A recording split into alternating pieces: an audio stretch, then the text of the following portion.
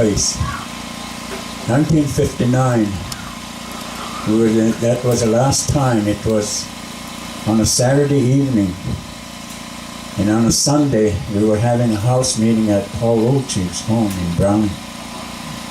And at that time, we didn't know, but we just said, Sunday we're going to be having service in a church. That's when we converted that old rock building into church. And I don't know how we were going to get the material, but anyway, we started. We didn't have first-class carpenters, but they were there with their saws and everything, and hammers. They start tearing it was a two-room building.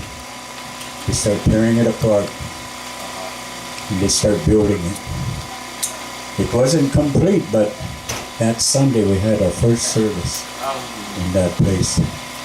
A fellow by the name of, Joe Sherman had a lumber place, and his son-in-law was there, and we wanted to get some few lumber from him. He says, "What are you folks doing?" I told him, "We're building a church." He says, "All right, have all the lumber you want." And that's how we got going. A fellow by the name of Tom Yellowfeet. You folks know him. He's about 7 foot. He's the one that built the pulpit. And he built it according to him.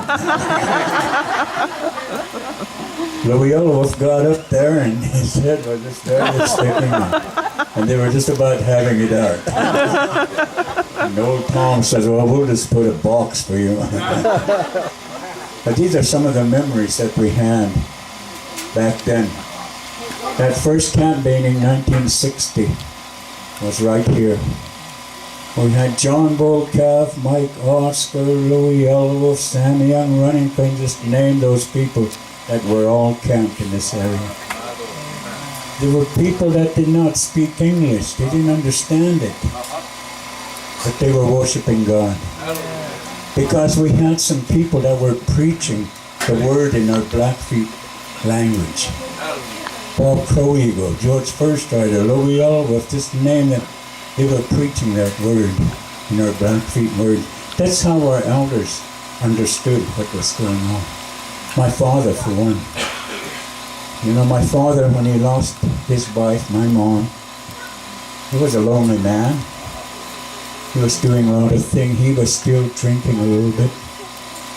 But the minute he knew that we started something like this, that changed.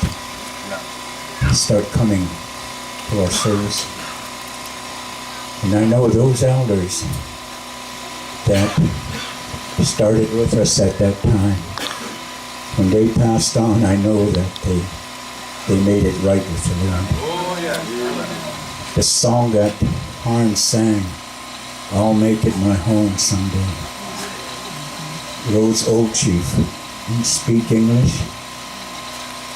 She told me this one time, I was song leading, and she come on. She says, "I want to sing a song." And she surprised me. I gave her the microphone. That's what she sang. "I'll make it my home someday." These are the things that took place right here. And then 1964 flood took place. That little church that was here. After the flood, we still had services in the flood didn't go on. The floor might have got wet a little bit, but we were still worshiping. That's how changed it was from that idol worshiping to having our spiritual churches that were taking place.